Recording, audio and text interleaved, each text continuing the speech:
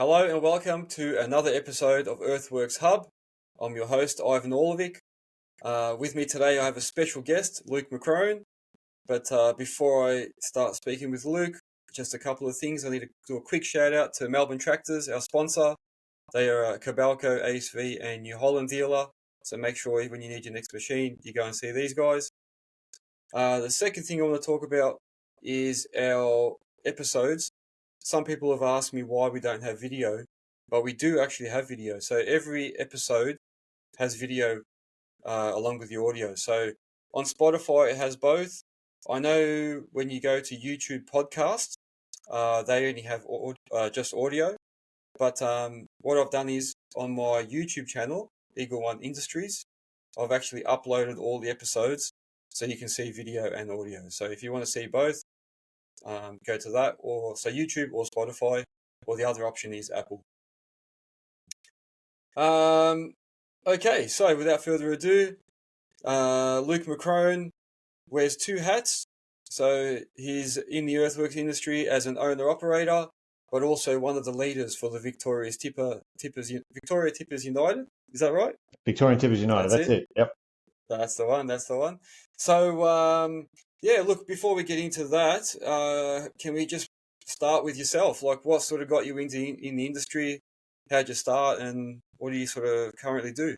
Yeah, sure. So I got into the industry through trucks. I've got a Scania gumboot, beautiful machine. So that got me in the industry about probably 7 years ago. I started with that, working pretty much through the plant hires. I did that for about 3 or 4 years, and then I decided to branch out into the machinery side of the business. So bought a Aussie track, Kubota SBL 75. Again, that's a really great machine. I love that. There are days when you're really looking forward to get out of it and get back into the truck for a little break. So that was going really well. And then I decided to go and buy a few more trucks. So now I've got, I'm up to 3 trucks. I got another Scania and a Western Star. Are they all just tandems, or have you got anything, like, are they trailers or semi-tippers or anything? Yeah, well, I own a trailer for the Western Star, although it's done a lot of pulling the trailer as yet. Just waiting for things to pick up again. So there's one truck and trailer and 2 tandems. Oh, that's it. And so that obviously means you've got some employees in. Yeah, I've got 2 employees, Luke and Scotty. So 2 good guys. Yeah. Oh, good, very good.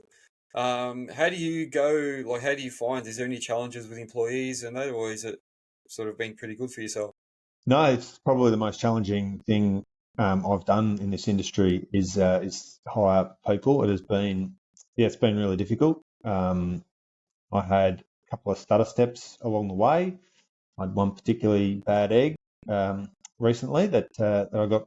I had to let him go, and it's been nothing but dramas since then. And probably actually leading up to letting him go, he was also a lot of headaches. But yeah, that's to me anyway. That hiring people and finding the right person has definitely been the most challenging part of the business. Yeah, I have to agree. I'm the same. I went through like a revolving door. I've had over the years a lot of sort of people come and go, and yeah, it's hard. Like when you get your good ones, you try and keep them. Yeah. But obviously, the good ones always end up leaving at one stage. So yeah, and it's knowing when to. I don't know. Like maybe I'm just a little bit of a pushover. I'm not sure, but I think with this guy that didn't work out. Like I knew within a week hiring him, it wasn't going to work. But I couldn't pull the trigger and move him on at that time, which is when I should have done it. I sort of persevered with it for another 2.5 months, and ended up costing me a lot of money and wasted time. And that's something I think I don't do. I need to be better at that. That's an area where I need to be better. Yeah, no, it's tough. It's tough. Yeah, definitely. And the hard thing is, a lot of us probably haven't had any human resource management training. We're just owner operators that are putting people on, and then we're just learning as we go. Yeah, look, I've because before buying the truck, I used to work for the Transport Workers Union, so I was there for a few years. So I've had a bit of experience in that area. So as far as what are people's rights and entitlements, I've got no problem with all that side of things. That's one of the few areas in this business that I've actually got some training in. But it's more I don't know, like getting them motivated, knowing when they're, yeah. But I mean, the guys I've got at the moment are really good. So, yeah, hopefully, we just need the work to pick up and then it'll be all right. Yeah, well, that's true. That's true. What do you think about the situation at the moment? Like, I do hear a lot of people talk about a lull in the work environment. I have to admit myself, my phone's not ringing like it used to. Yeah. Like, how you handling that at the moment? Look, it's funny. I think we went through a really busy period in this industry. If you go back 18 months ago, people were booking me in with the machine, and they didn't even have any real work. Like you'd be there for a couple of days, and then you spend a week sitting on site watching TikTok videos on your phone because there was no work for you to do. And you'd be asking, is there anything I can do? You'd be racing around site trying to find something to do. And in the end, Yeah. you spoke to the foreman, and he's like, "Look, mate, we just need you to be here at the end, and we're worried if we let you go, we won't get you back." So we went through this period where it was crazy, busy, and then the machine stuff, I don't know, 9 months ago maybe, it just seemed to really fall off a cliff. Yeah. And then 3 months or 4 months after that, truck stuff sort of fell off a cliff. I reckon in the last 3 months the machine work has picked up again. Like especially through the plant hires. Like I do a lot of my stuff through the plant hires, and they've started to pick up again. Before that, the only real machine work I was doing was private stuff that I was able to find myself. There was just very little through the plant hire companies. Now, the work's picked up through the plant hires, so that machine work is keeping me going at the moment, but the truck work is now very slow, which is hard when it comes back to that with employees. If it's just me, you can get through. It's easy to get through these tough times. If there's no work, you get a day off. It's not all downside.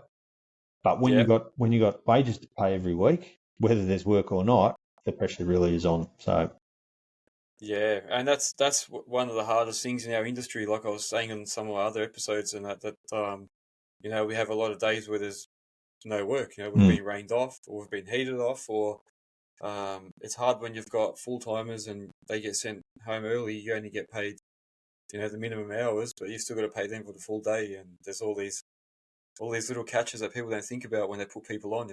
Oh, look, when I listened to that podcast you did on business advice, that advice to people that it's not a 5 day a week industry. You don't work, every week of the year. It's not 52 weeks of the year, less a few weeks for annual leave. I reckon 4 days a week is about sort of what if I can get 4 days a week, the way I've set myself up, I can do all right.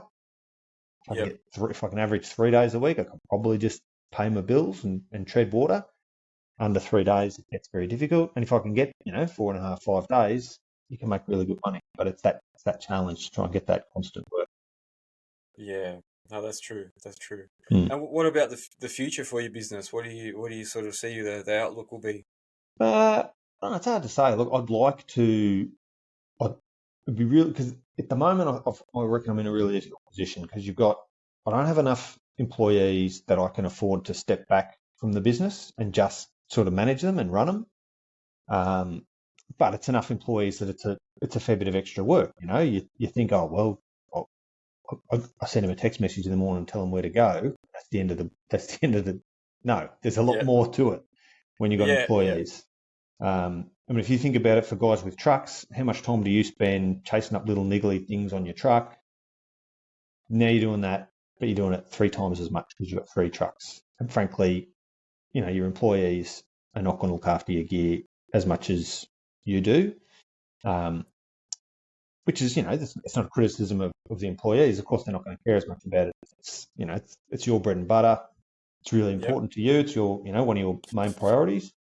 So, yeah, it's all those little things that happen. Like one of my drivers got the mirror off a truck in the yard where we parked the other day. just the mucking around that's involved in that, following up with the bloke whose mirror it was, trying to get it fixed, just all that sort of stuff. And you're doing that 3 times more of it than you were doing it before. So it'd be really nice to get to a situation where I had, I don't know what the sweet spot is. If you were to have 4 or 5 trucks, and then you can really just jump in when someone's sick or someone's taking annual leave or whatever. I think that'd be a nice spot to get to.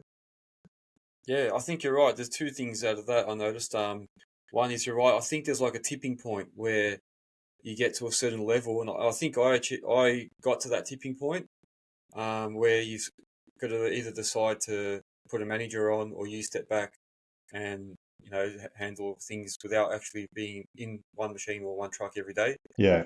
So there's that bit of a tipping point. So I don't know what that is either. You're right, but I got to about 8 guys, and I still tried to do everything. You get crazy. 8 machines, 8 guys. Yeah, it was just. You're wearing a hat because you've lost all your hair. Must have lost it all at that time. Yeah, it all fell out. Yeah, it's all gone grey and fell out.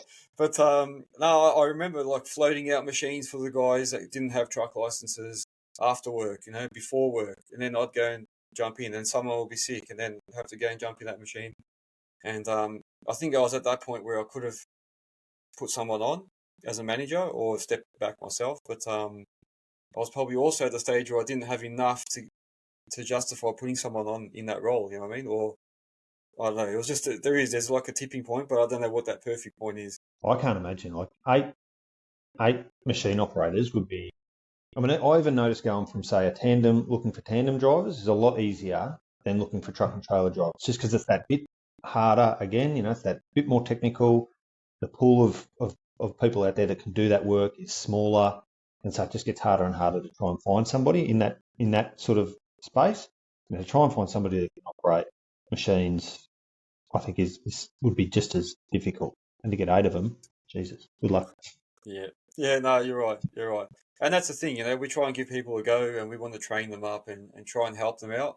And I'm all for that, like trying to help people, but it's hard when you go on a site and then the customer's paying you hourly and they expect you to have someone that can be in there 100% and doing everything they want, so I was doing a combo. It's hard to just train people. I was doing a combo job today, having work for the truck. So I brought, because one of my guys is pretty keen to get into the machines, which is great. I want to help him with that.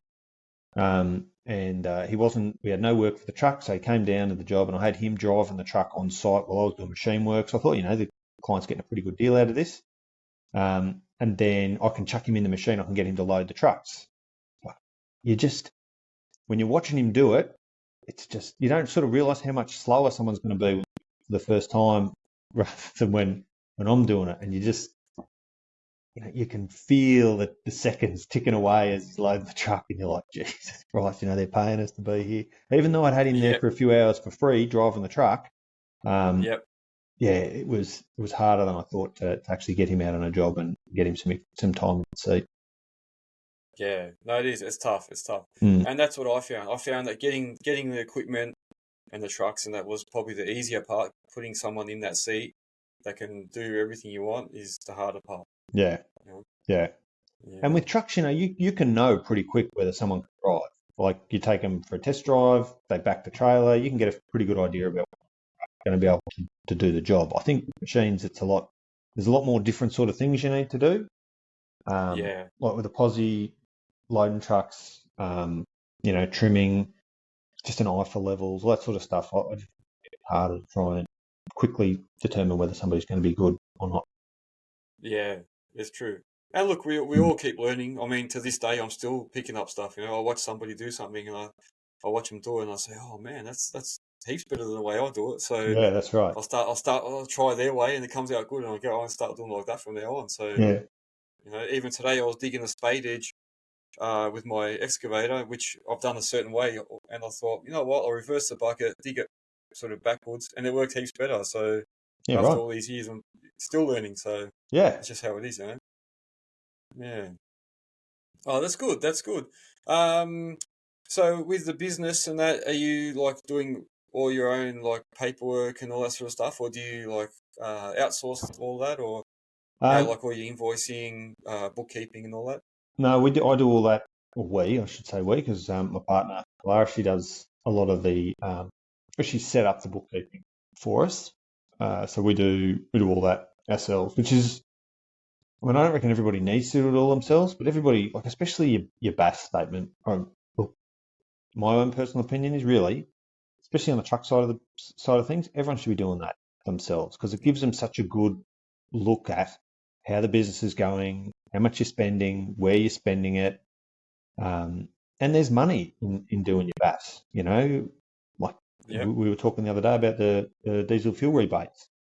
Yes, that's right. Yep. Yeah, Maybe you can explain a bit about that. Yeah, go ahead. Yeah. Yeah, sure. I can't tell you the exact figures, but it's about 20, give or take 20 cents a litre that you get back for diesel that you've purchased if you're going to use it on a public road. Because basically your diesel tax is made up of two parts. There's the excise and then there's the road user charge. And they're about the same. They're about 20 cents each, give or take. So when you're running a truck and trailer, for example, a lot of that diesel that you burn is going to be used on public roads, so you claim back the 20 odd cents. But if you're using that diesel to run earth moving equipment, or if you're using that diesel to operate your truck on site, so not driving on a public road at all, if you're operating on site, you can claim the excise back, but you can also claim the road user charge back. I mean, that's basically used to repair the damage that the trucks do to the roads. So if you're not driving on the roads, you're not doing any damage, so you get that money back. But a lot of people, they don't know. Like you talk to guys, like, I did 9 months working at the airport and all that work was off a public road. And you talk to the truck and trailer guys, like, hey, are you claiming back the higher amount or the lower amount? And they just didn't know because they just, at the end of the quarter, they handed their books over to a bookkeeper and they didn't have that understanding about how that all works, which I think if you're running a business, it's good to know how all those different sort of things work. Yeah.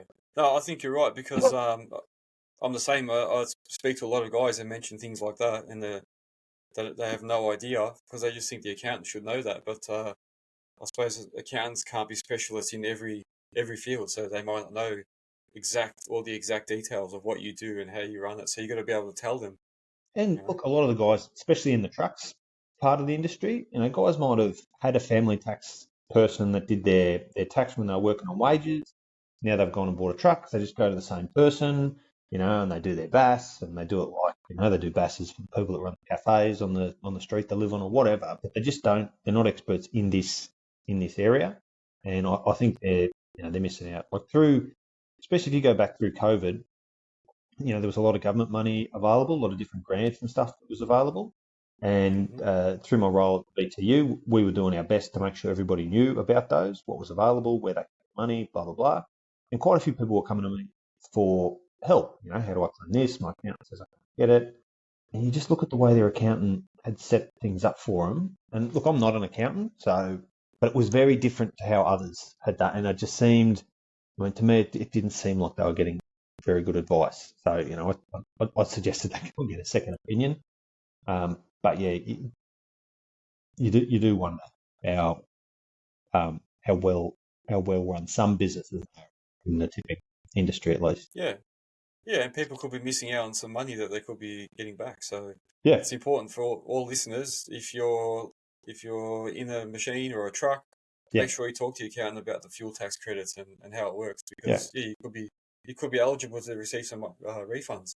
Yeah, well, everybody. Like if you're running a tipper, you will be able to claim some of your diesel at that higher, guaranteed. Like there's, operating the hoist, there's other auxiliary equipment that runs off that isn't used in driving the truck on the road. So there will be some that are under that higher rate.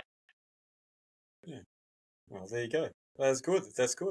Well, that probably leads me to the next section, which is about the VTU or the Victorian Tippers United. Yep. Can you maybe just talk us through that, like how it started and what it stands for?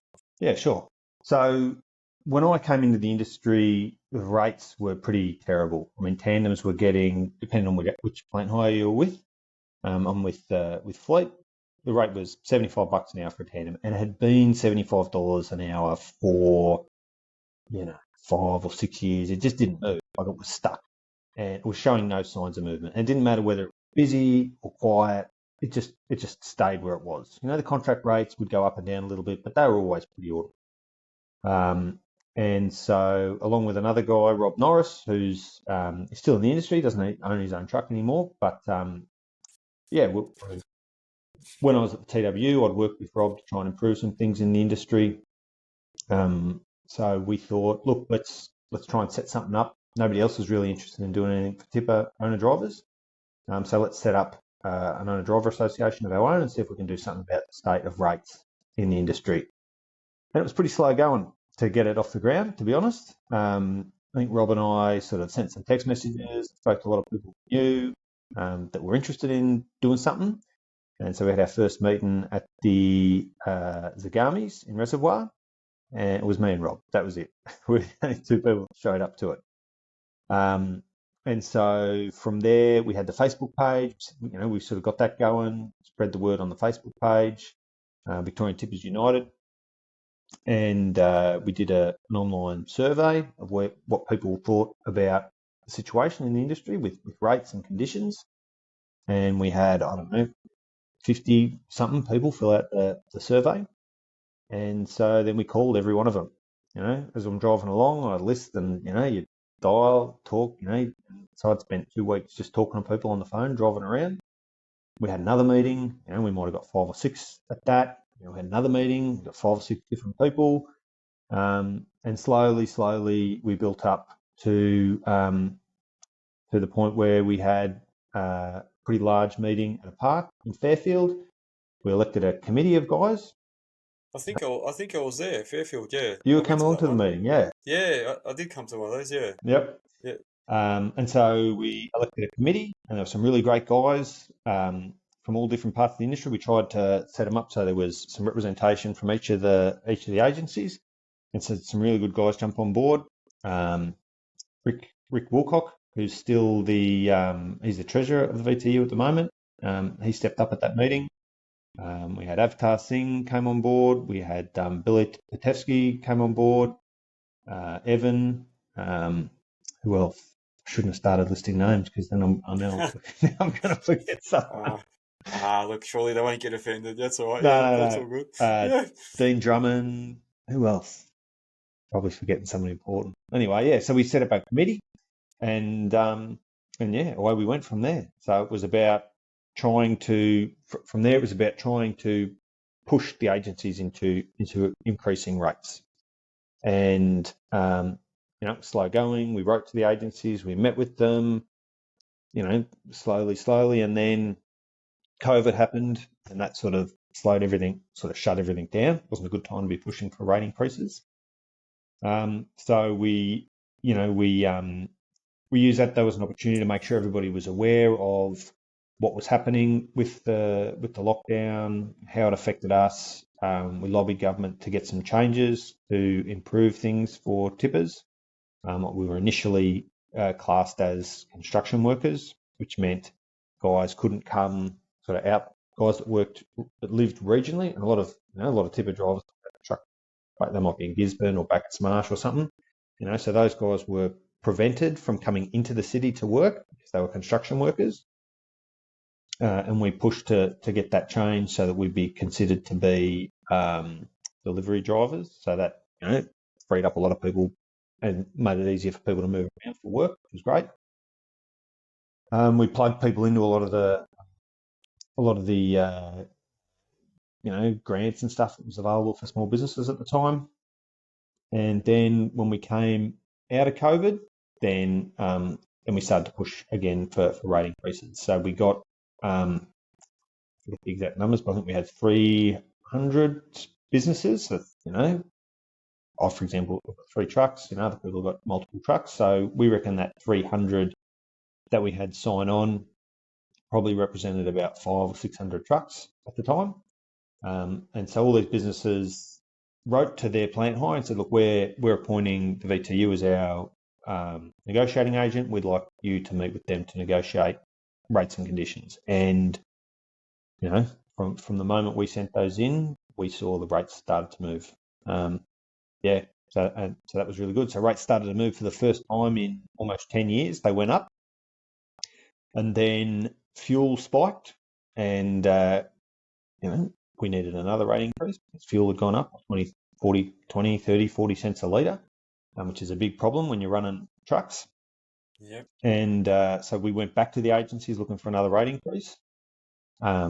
And they were dragging the chain a little bit. Some had started to increase them, but we just weren't where we needed to be. So we called an industry stoppage, strike, or whatever you want to call it. We all got together at Big Park in Footscray, and there's probably 1,000 drivers parked up that day in protest over the rates and the failure to increase them in line with the increasing cost of fuel. So that sort of got a bit of attention. Things started to move a little bit, and at the same time, talking to the government about the rates on their project. Because the situation we have here in Victoria is we've got I don't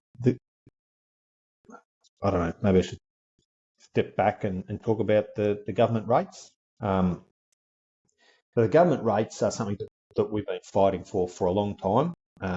Guys like Rob and myself, we've been fighting for those for a long time. And basically, the logic here is that the state government, the Victorian state government, is the largest purchaser of, they're the largest hirer of trucks in the state.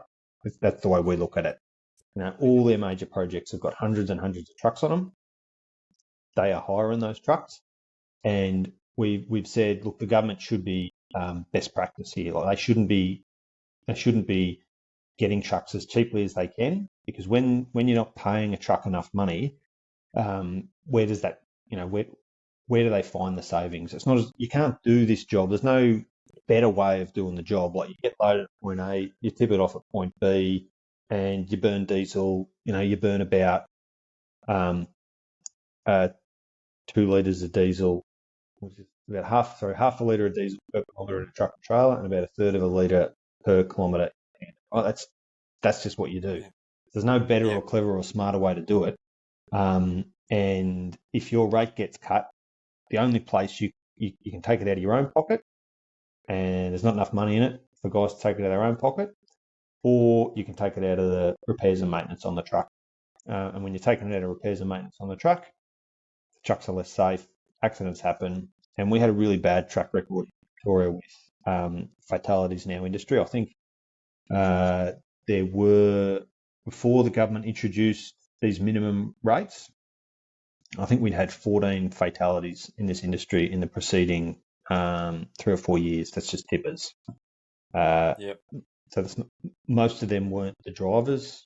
There were other road users that were dying, but one's too many. And so we were pushing the government pretty hard to say, look, you should be doing the best. You should be the best practice here. You should be paying a fair and reasonable rate that enables us to properly maintain our truck, make a living out of it, a small profit. That's what you should be doing on all your jobs. So that was a battle to get them to agree to that. It sort of came to a head.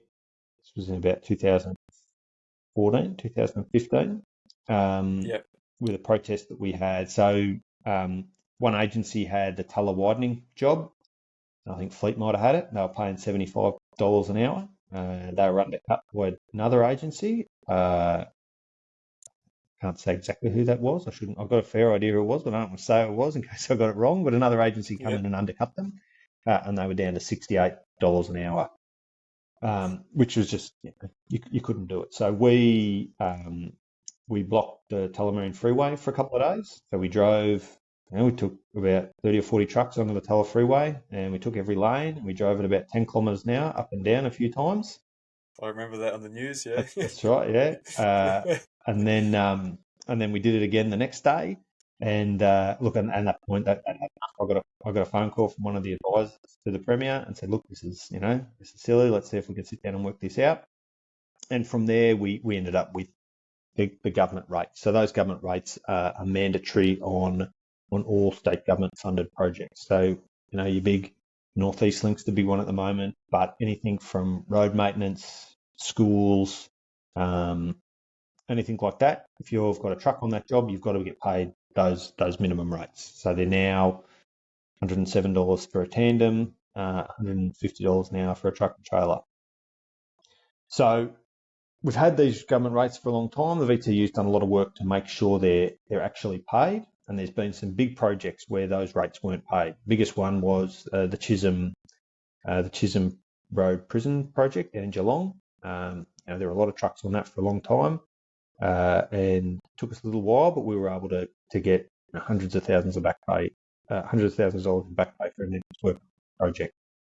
So that was a sort of a watershed moment, I suppose, in the industry. A lot of the agencies sort of sat up, and the construction companies too, sort of sat up for that shit. We don't want to be exposed to having those big back payments to make. So from there, we've sort of seen the rate being paid pretty well on government jobs.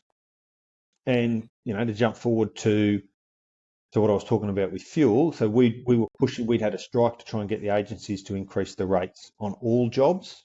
But then we also wanted state government to increase the rate on their jobs, because they'd factored fuel into the cost model at I never remember. It was a lot lower paying for fuel at the time.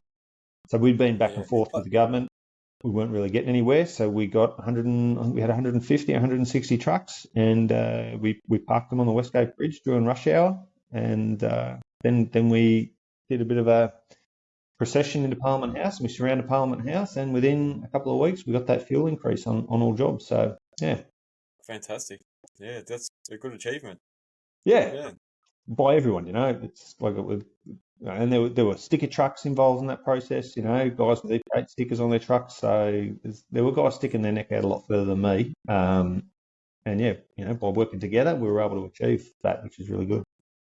I think that's what it is. And even with machinery and equipment, Yeah. if we don't stick together and everyone just keeps undercutting each other, it's just going to keep reducing the rate lower and lower, and then it's just going to be so hard to get back up again. It's such a big effort. And the machines, it's like the same, yeah. The machines are in desperate need of something like that. I mean, I was talking to a mate today, and he's in an excavator, $89 an hour or something. Really, it's not much. It's not much, because it's a highly skilled job. Like, you just can't put it. I've got my excavator ticket, and I spend a lot of time working in posi tracks. If you stick me in an excavator, and all I'm going to do is make a hell of a mess of your job. So you got these guys that are really good operators, got their own gear, and they're making peanuts. And I just there's an imbalance at the moment. What I'm finding is that the rate that we get paid as an owner operator for our machine, and then what an actual good operator wants to be paid, it's an imbalance there. Like, what we get paid is not much more than what an operator wants. So it doesn't give us the opportunity to put good people on. That's the problem. I don't know how you could hire somebody at 8. You couldn't do it at 8. I don't know how. I don't know how you could do it. No, it's very hard. Oh, and just going back to the trucks, I was just thinking how I had a chat with someone who does road freight.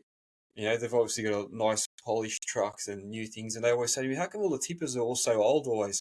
And I always say it's because we're not getting paid enough to afford to run a brand new truck. You can't afford to do that. And then you had the government jobs asking for specific things on your trucks, like all these ratings and all these extras to be put on your truck, but for not much more money. Well, sometimes it doesn't work out, yeah? Oh, and where does it end? Like, safety is important. We all love to see a safer industry, but some of the stuff, now I've got body up alarms, I've audible left-hand turn alarms, I've got handbrake alarms. There's everything in the truck. And now, you're reading about there's the McCrone Road project. They're trialling some new system where there's a sensor on your passenger side, and a light will light up inside the cab to let you know if there's somebody in your blind spot there. I'm like, this is all great.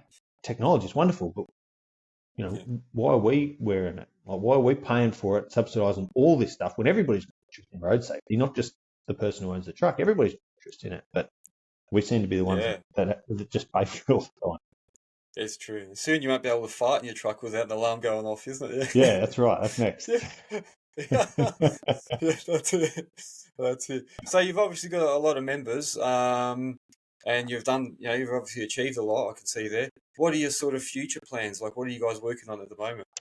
Well, at the moment, everyone's just working on keeping their heads above water. Like, it's really tough at the moment in the industry. I think the rates haven't fallen, which is what obviously the first thing you're worried is going to happen when the work drops off is that people will use this as an opportunity to try and screw the rates down. And they've come back a little bit. There was a period there where truck and trailers were making, over $2,000 a day every day, which is great, wonderful, but it was never going to last forever, right? So it was always going to sort of come back to reality a little bit. But I think we're still seeing, and people. The other problem is being one of the leaders of the BTU is nobody ever rings me to say, hey, Luke, I'm on this job, I'm making $1,800 a day, it's really good, I'm not burning a lot of diesel, it's really good. But nobody rings you to tell you that. People will ring you to tell you that they're on a job where the rate's rubbish or send you the messages where they're bad rate. So you can get, in the position I'm in, you can get a little bit of a skewed opinion about where things are at. For me, personally, the rates I'm getting are still relatively good. There's just not as much work. So that's what we're seeing, I think, at the moment.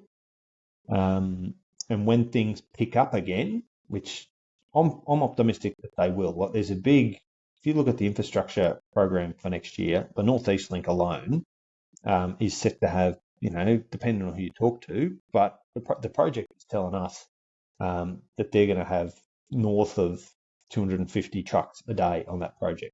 And that's Sparks, that's one section of the North East Link. There's other sections of the North Link as well. So that project could be taking as many as 350 trucks a day. Now that's a big bite out of the number of trucks there are in Melbourne. So even if you're not on that project, it should see demand increase across the board. And there's other big jobs on the agenda as well. They're talking about starting the suburban rail loop, some possibility that the airport rail link might be back on the agenda. So, I'm pretty optimistic about next year. It's just a matter of surviving to get there. And once the work picks up, our goal is to try and have those government rates paid as a minimum across the board. So that's mainly for the tandem guys, I think, because the government rate's actually not too bad for tandem. The other thing we need to do is we need to fix up the truck and trailer rate on those jobs because I think the government hasn't properly accounted for a lot of the costs of running a truck on the road, and so we'd like to see that fixed up over the next couple of months. Oh, good. No, that's good. I just think it might be a good opportunity for people to do some maintenance on their trucks and that too now. I suppose if you're not working and you've had something that you want to fix for a long time, now might be the best time before the big rush starts, like you say. You're stuck later on trying to do everything the last minute. Although it's a funny because it's a bit of a catch-22, right? It's like now you got the time to do the repairs and maintenance, you just haven't got the money. No money, yeah. I hear you. I suppose, yeah. When you think of it like that, that's true. So it is hard, but people should be using it as an opportunity to because some stuff not expensive to fix. You just get on top of it and make the truck a nicer place to be. You spend a lot of time in it. I mean, you can go and clean it. Yeah. It is. Yeah, that's our office, basically, isn't it? Yeah, I could take some advice from myself there. Mine's a pigsty. I should go and clean it next time I get a day off. Yeah. But also, going back to that, like in the previous episode, we spoke about, about when there's a lull. It's also about building relationships while you're working, putting in your best while you're at work. So that way, when there is a bit of a lull, you're the person that stands out and they call you back. You know what I mean? And then when it comes time to negotiating rates, you've got a better chance of keeping your rate or going up because you're a good performer and you prove yourself always. So it's always good to put in that little bit extra and make yourself stand out. And what you're saying there about the relationships, I think that is spot on. Like this, something that I've sort of realised as I've gone along. This isn't we're in a relationship business. Like if you can make and maintain good relationships with everyone, it's not just customers, but other drivers, other operators. That's your best chance, I think, of running a successful business in this space. It's about having good, strong relationships with people. Whether it's for those of you who are getting a lot of work through your plant hires, the people who work in the office at the plant hire, clients that you deal with, other drivers, because they can give you advice. If you get stuck, they can help you out. It's just about having good, trying to build a good network in as many places as you can. That's really, in my opinion, is the best thing you can do for your business this time. Yeah, it's true. I still do that. I call call other guys, and ask them, well, what's the closest tip, or or how do I fix this thing on my machine that's making the noise, or or anything, or have you got any work that you can't handle, you've got too much, and they handball some work over it. That's how it works. Yeah, I mean, finding good tipping options. I mean, that's a great example. I mean, that can be worth an extra $400 or $500 a day to you if you've got a tipping option, especially if it's free when you're doing private work. So and Yep. you might talk to somebody who's going to be needing dirt, and so it's just about having that that connection with people. Yeah, true. No, it's been a really good chat. Is there anything that I haven't sort of asked that you wanted to cover, or? I don't know. Like I was looking through the questions in terms of technology that people are using at the moment. Yeah. It's a bit out of the box, but one of the ones I've been mucking around with lately is ChatGPT. I don't know if you know too much about that. So I hear a lot of, you can ask a question and it answers everything for you. Is that the one? Yeah, but I mean, obviously it can't tell you how to dig a hole, but what I've Yeah. been able to get it to do, so when you work through the plant hires, at least one of the bigger ones, they're all doing e-dockets nowadays. So you or your driver fill out the e-docket on your phone, you give it to the client, they sign it. It's all done electronically. And so then what I was doing at the end of every week, I'd sit down and I'd type in a spreadsheet, what the job was, who was the driver, how many hours they worked, how much money I made on that job that day. And when it's just you by yourself, it's not too big a headache. You might work 3 or 4 days a week, it takes you 10 minutes. But then all of a sudden you've got 3 trucks, a machine, it starts to take a lot of time. So I wondered whether ChatGPT could write a program for me to automate it. Now, I've never done any computer programming at all. Never, I use Excel, so I can type a formula in Excel, but that's about the extent of it, right? So I got ChatGPT, and I just type in there. I said, hey, can you write a program that'll go through my emails and extract this information I'm looking for out of my emails and put it in a spreadsheet for me? And it took a little bit of mucking around, but it did it. Like it wrote a program, and I had to ask it, what do I do with this? It spit out a bunch of code. I'm like, okay, well, that's great. And what do I do with that? And it said, oh, well, you download Python and you put it into just any text. Anyway, it told me how to do the whole thing, and now I've got a little program that at the end of the week I just double click on it, bang, it automatically puts it into a spreadsheet for me. So it takes 1 minute instead of taking half an hour. And yeah, I mean, that's amazing. Yes, little things like that, and that's the really great thing about one of the things I really love about running your own business is when I was an employee, if you did, you found some clever way of doing something, didn't really help you much. You did it, and it's not as if, oh great, you've done this thing, you've saved us half an hour, you can go home half an hour early. No, let's see, have something else to do. Whereas when you're running your own business, you've found some way to save half an hour a week. Well, that's time you can choose to invest it somewhere else in your business, or you can spend a little bit more time with your family. You've done it, and now you enjoy the benefits of it instead of somebody else getting the benefits of it. That's so true. There you go. So ChatGPT, is that something people have to purchase, or is that just a free thing? So you can pay a subscription that gives you. So when I sort of first got on, it was pretty new, and so there was a lot of people trying to use it, and you would often write it a question, it would take quite a long time to get back to you because the amount of people using it at the time. Whereas if you pay, you're going to get your question answered straight away.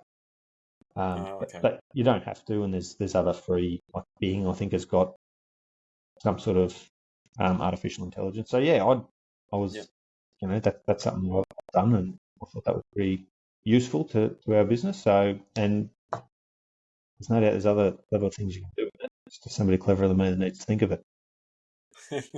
No, that's good. Thanks for sharing that. I'm sure a lot of people will look into that. Yeah.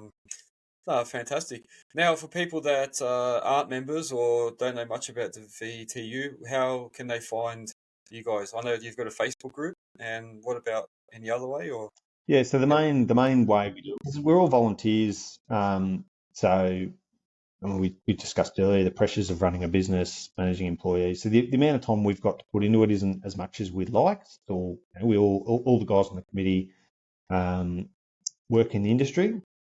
I should mention the other guys on the committee that we've got at the moment. So we had the guys that were elected early days. Committee is now made up of myself, Ricky Woolcock, who does a hell of a lot of the work. I'll give a big shout out to Ricky. He's the treasurer. Rob Norris is the president. We've got Dragon. I'm not even going to try and I'll mangle his surname, but Dragon, who's the vice president. And then the ordinary committee members, we've got Greg Gorgon, we've got Ram Singh, we've got Evan. Again, Evan, you know who you are, Evan. I don't know to say your surname. And I think that's the committee at the moment. So yeah, we all pitch in and do a little bit, but we don't. We're not as slick as we would like. We do have a Facebook page, which is probably the main way we use to communicate with people. I'm always spend far too much time on Facebook at the moment, and that's Victorian Tippers United. If you look us up on Facebook, you'll be able to find us. We've got a website which is ownerdriver.org. Because we started out with tippers and we're pretty much just tippers still, but we did have a bunch of asphalt carters get in touch with us looking for some assistance and representation. So we've got some asphalt carters as part of it as well. I don't really do machines because, I don't know, it seems a bit hard, honestly. Yeah, might be something we're going to look at. Yeah, that's right. Do other states have their own thing, or is Victoria the only one that sort of started this off? Yeah, it's really only Victoria. I know the TW is a lot more active in New South Wales for the tippers. I think they've got a much better job up there than what was happening here in Victoria. So they've got a bit of a tippers owner driver section of the TW up there. But yeah, I think that's about it really, as far as representation for the tipper drivers goes. Oh, very good. It's good. It's good to have some sort of representation to make sure that we're getting paid right and conditions are good. Because, like you say, it didn't change for many years. No, so it's not as if. I mean, I don't subscribe to the view that some people go, it's the evil plan, that's the problem. It's the evil builders.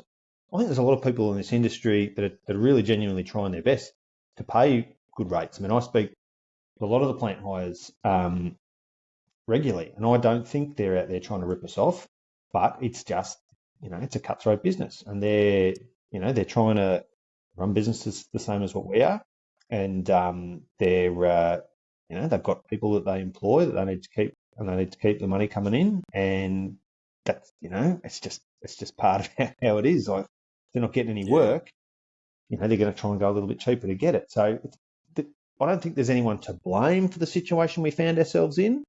And everybody, and it doesn't matter who you talk to, it doesn't matter which plant hire you talk to, it doesn't matter which builder or construction company you talk to, they all say, well, it's, you guys are the ones with power. If you just refuse to work for a shit rate, then we would have to pay better rates. And I think that's, there is a bit of truth to that. I think it's a bit simplistic because, if you've got a loan on your truck and it's 12% interest and you've got to make those payments and you haven't worked in 2 or 3 weeks, it's all very well and good for someone who's established in the industry like me or you to say, oh well, just knock back a bad paying job. It's hard for the newer guys that have got the loan. So I don't think it's you can't just say, oh well, it's all the drivers. If they just refuse to work for bad rates, the industry would fix itself. But it is, it's a big part of it. If enough of us stuck together, then yeah, we would see rates continuing to rise. Because there's money in the industry. Like, there's money in this industry. You go and have a look at the EBA that the CFMU members on these big projects enjoy. I mean, they're on 50 something bucks an hour. That's what, and all they're bringing to work's a lunchbox. Now, then they go straight on to double time and they get side allowance. They get all this stuff, and they're not sending anyone broke doing that. We're building stuff like we've never built it before. So there's money here. It's just about making sure that it's being fairly distributed. Yeah, very well said. Very well, I agree. Oh, cool. No, look, if there's nothing else, I just want to thank you for coming out and having a chat on this episode. It was really, really, really interesting to sort of hear about, how the VTU started and how far you've come with it. So congratulations to Yeah. you, the whole team for that. Yeah. And also, yeah, and my hat goes off to you. I mean, you're balancing obviously your life, your home life, your owner business or business owner, your the VTU leader, and yeah, it must be a lot of work. It's a lot of work, but I do enjoy it. I don't know why. Something's wrong with me. I was dropped on my head as a child. I'm not sure, but I do. I enjoy the challenge. It's Yeah, it's good. I like it. Helping people out, seeing the industry as a better place now than it was when I came into it. I think it's something like, it's good. Makes me feel good. I like it. yeah. Well, it makes you keep going. That's right. Exactly. Yeah, yeah. That's it. All right. Now, thank you very much to all the listeners out there. Don't forget earthworkshub.com.au. That website's still in construction. I keep saying that every week, but it is getting there. I'm working on it sort of by myself, so I'm learning and creating at the same time. Look out for more episodes like this. We've got a lot more guests coming up. Look out for our socials. So we're on TikTok, Instagram, Facebook, uh, YouTube. So, and then I've also got the Eagle One Industries side of that too. So you can check out any sort of updates and some of our little things that we post anytime. So thank you for listening, and we'll see you next time. Thanks a lot. Thanks, Luke.